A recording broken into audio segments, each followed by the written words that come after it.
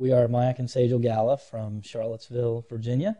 I pretty much grew up here, and Sejal and I have been married for 10 years, and I met her in Michigan. So Yeah, and we waited for 8 years before we had our firstborn son, Ishan Gala.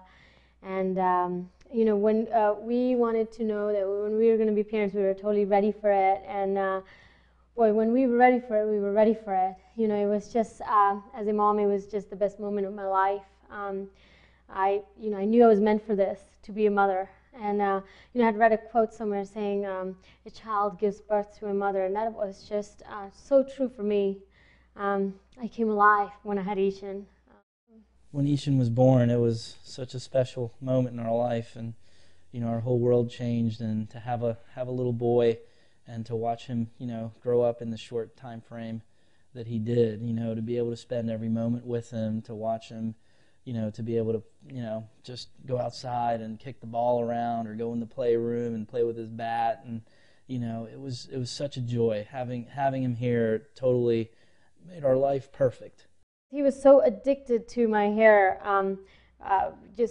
He would just cuddle in and sleep, and anyone he went to, he would just bring so much joy to them. And he was just a child that smiled and laughed all the time, and just was an active kid. And his laugh we can still hear in the house. I used to chase him around the kitchen island, and he used to love playing hide and seek and running up the stairs and doing what little boys do. Any of y'all that have had a little boy, you know exactly what I'm talking about. But, things changed. Ishan was running a low-grade fever for most of the month of January. And basically we took him in several times to the pediatrician. And on January 30th, they suggested a CT scan. That day changed our life forever.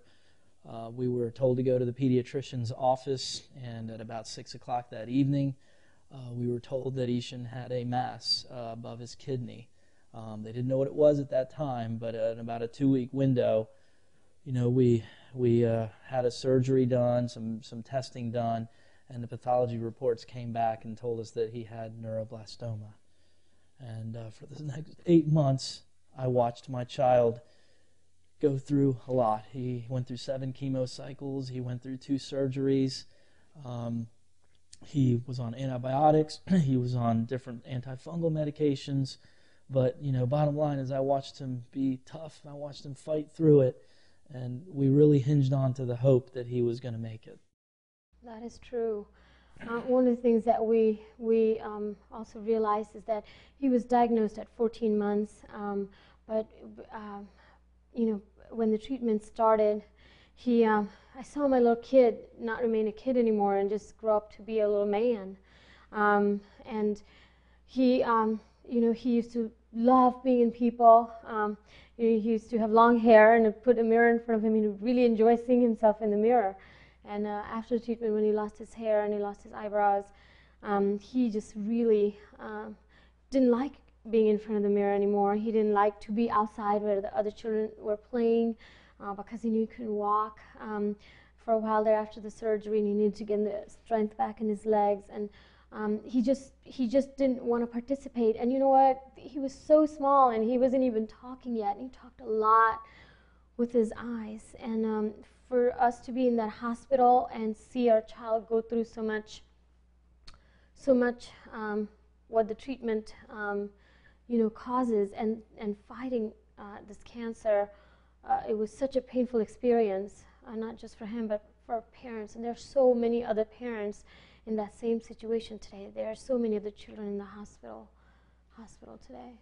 And we fought with him for about 7 months, and on his second birthday, August 28th, 2008, we were told that he needs another CT scan, and the next day we were told by the doctors words that no parents want to hear, and that is, there's nothing else we can do for your child. And I can't tell you, what emotions run through your mind when you're told that you've only got 2 weeks left with your son. But we didn't lose hope, and we hung on to hope. And we were brought home on September 3rd via ambulance. His treatment was in New York, and we brought him home.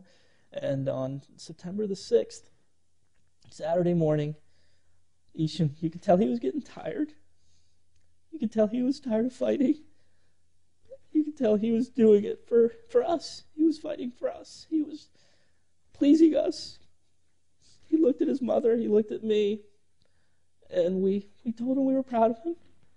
We told him that it was okay and that God will be waiting for him as soon as he closes his eyes. And in a matter of a few minutes, his spirit left his body. And, we're thankful knowing he's out of pain. Of course, we miss him. We miss him dearly. When a child is born to you, you never think that they're going to leave this earth before you. And that you'd have to spend the rest of your life with vivid memories of your life with that child. And, but, fast forwarding a little bit, it's been 4.5 months now since Ishan passed. And, the Ishan Gala Foundation was started.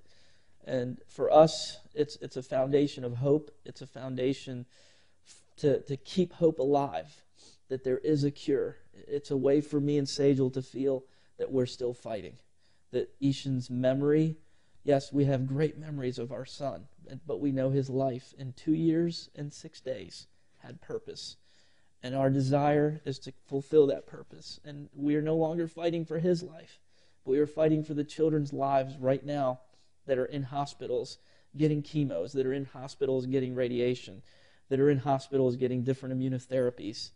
And, as we speak, there's families in there that are going through exactly what Sejal and I went through. We know we spent 8 months in that hospital, and our best friends and our neighbors became the people that were in the rooms next to us. So our desire and hope for this foundation is to raise awareness, number one, that this is a real issue in many families' lives. And until it happened to us, we were living just perfectly, and we didn't think that, I was so naive, I didn't even think kids got cancer. I didn't even know what it was. And here we went through it, and now I know other families are going through it.